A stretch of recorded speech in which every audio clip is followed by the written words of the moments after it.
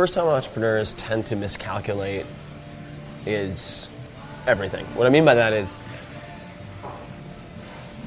optimism has a place, but I think even more so for the first-time entrepreneur, you need to be pragmatically pessimistic. What I mean by that is you need to define all of the worst-case scenarios in terms of financial loss, time loss, etc. Look at what you will learn if that happens and accept and come to terms with that before you ever start. If you don't do that and you go straight into battling the world, trying to conquer the world with rose-colored glasses on, the first time you hit a major hiccup, you're going to become really demoralized and you will quit. So optimism, all that rah, rah, rah, that's awesome. But you need to hope for the best and prepare for the worst before you ever get started. I always recommend that. Email is a necessary tool, but I think that overusing email and spending the majority of your time in your inbox becoming reactive is the most dangerous habit that a lot of entrepreneurs have. You can't avoid it all the time, but it's important to form a strategic vision and direction for your company that is not a response to everyone else. And it's challenging to do, but it definitely can be done. And I mean, the best CEOs and founders I know use email, don't get me wrong, they use email a lot, but they're very good at forming a vision by understanding their business better than anyone else, instead of allowing every customer, every board member, every VC, every investor to affect how they look at their own company. I think the team needs to have the same end goal. I don't think, even if people have the same grand vision, if you have a co-founder who's willing to sell the company for 1/3 what you're willing to sell it for, you're going to have a lot of big problems if the company is successful. Even if it's not successful, that can manifest itself in a lot of ways. So I think that, at least with your co-founders, it has a lot to do with board seats and board control, but I think it's extremely important to have the same end goal for not only your co-founders, but also with your venture capitalists if they end up taking a board seat. It's extremely important to have a financially similar end goal in a lot of respects. So I would say that they're one and the same. I wouldn't choose one or the other. Well, as a startup, as it relates to productivity, I think that it's very easy to be seduced by doing things efficiently, trying to do a lot of things well. I don't believe that's the most important thing. The most important thing is picking the right things to do in the first place. And that's being effective versus just being efficient.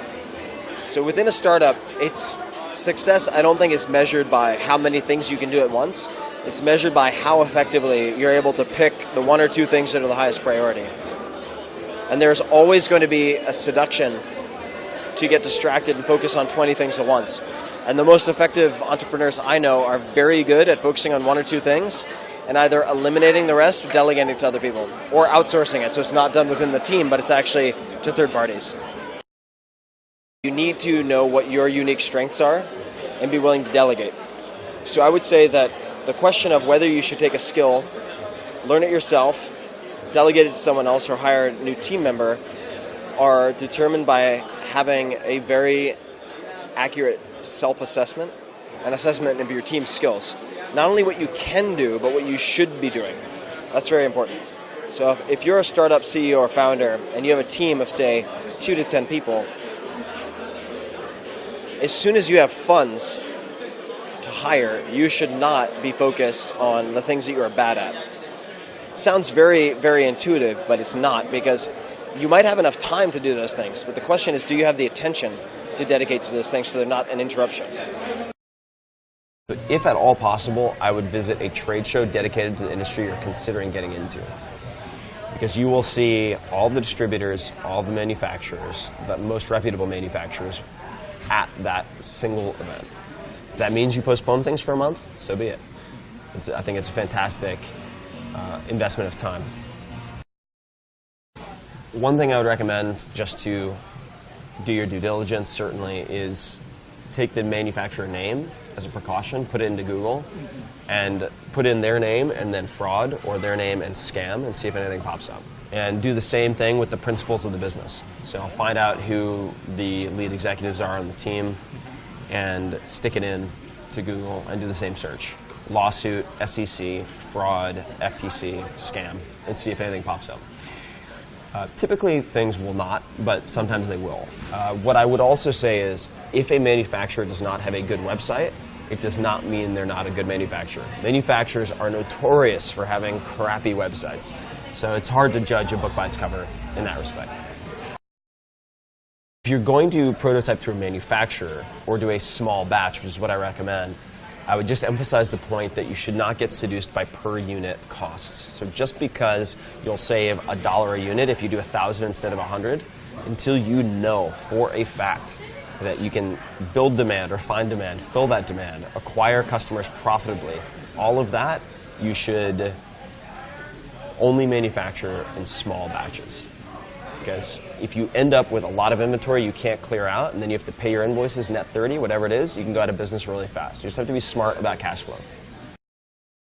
Once you've found a number of manufacturers, put out a proposal to a number of them and let them all know that you are putting out multiple proposals. Chances are you're not going to impress them if you have a limited budget with the amount of capital you have to put into a first manufacturing run. And they'll want to figure that out really quickly. So you just make it clear that if this succeeds, and you have to put together a proposal for this, you have plans for this following type of marketing campaign, this following a 2-year business plan, effectively, which is what I did to first get my business off the ground. Reputable manufacturers are good business people. So they'll want to know how much volume are you going to be bringing to the table if we go through the trouble of setting you up as one of our customers. And so you have to get good at pitching that. I encourage people to sacrifice margin in the beginning during testing. This is very important, so it might be something we can discuss separately, but in effect, to get a lower per unit cost, you don't want to stock up on 1,000 units of a product you've never sold before. It's a much better idea to prototype, maybe dry test, then only at that point do a small batch run of the product. Even if you're only making 2 cents a unit, as long as you're not losing money, you want to test and not end up with an entire warehouse full of product you can't move. Yeah. And I think that in the beginning it pays as long as you're not losing money, even if you're losing a small amount, to test effectively so that you know when you scale you will have demand and be able to fill that demand effectively. There are a lot of tools you can use now for testing landing pages, and I encourage people to do split testing when possible. You don't have to be an amazing engineer or designer to do this. You could use a service like Optimizely. You could use a service like Unbounce.com. You could use something like HubSpot also to do this type of drag and drop testing. And I would just say, even if it means you can't do a simultaneous test because it's too complicated for whatever reason, that's fine. Do a test for a couple of days or a week with one price, then swap it out, do another, then swap it out, do another, and see which performs best. There are a number of ways to calculate the effectiveness of a given ad or the success of a given product. You can have a one-time sale, and then you can have lifetime value, and then you can have everything in between. So let's say I sell you a candy bar, right? Well, I could calculate the success of that based on how many candy bars I sell once. I could also calculate on how many candy bars I sell to multiple customers. I encourage people to look at a couple of metrics that I think are very important. So average revenue per user, ARPU, on a one-time basis, because this will determine your short-term ability to spend money, right? So if for instance, if I know that my average user spends $10 on my site, and that if I drive 100 people to my site, 10% will buy. Well, I can very quickly figure out how much can I afford to spend on each customer. As long as it's less than $10, I'm okay. Once you arrive at that optimal price, which might not move the most units, this is really important. If you shift to a higher price and sell half as many units, you might still make more money. And what I would emphasize that all things being equal, I would rather have fewer customers making me the same amount of money, because it means less headache, less customer service, fewer returns, and generally speaking, the people who pay more money, less talky, less headache. People who pay more are less of a headache. Take what has the longest lead time and manufacture them in advance. So book covers typically take longer to create than books, but the books are, in many cases, a lot more expensive. So they'll print out the covers well in advance. They might have 200,000 covers printed and then do an initial print run of 10,000 books. So at times, it can make sense to stockpile certain components if that speeds up your manufacturing time. I used to do that with specific ingredients that went into these sports nutrition products. There were 2 or 3 that took a long time to procure, and it made our turnaround time for manufacturing about 12 weeks.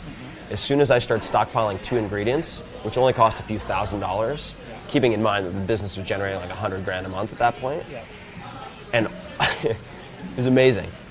I was just astonished that no one brought this up to me earlier. It made our turnaround time 8 to 10 days. So it makes sense to think about it in terms of components.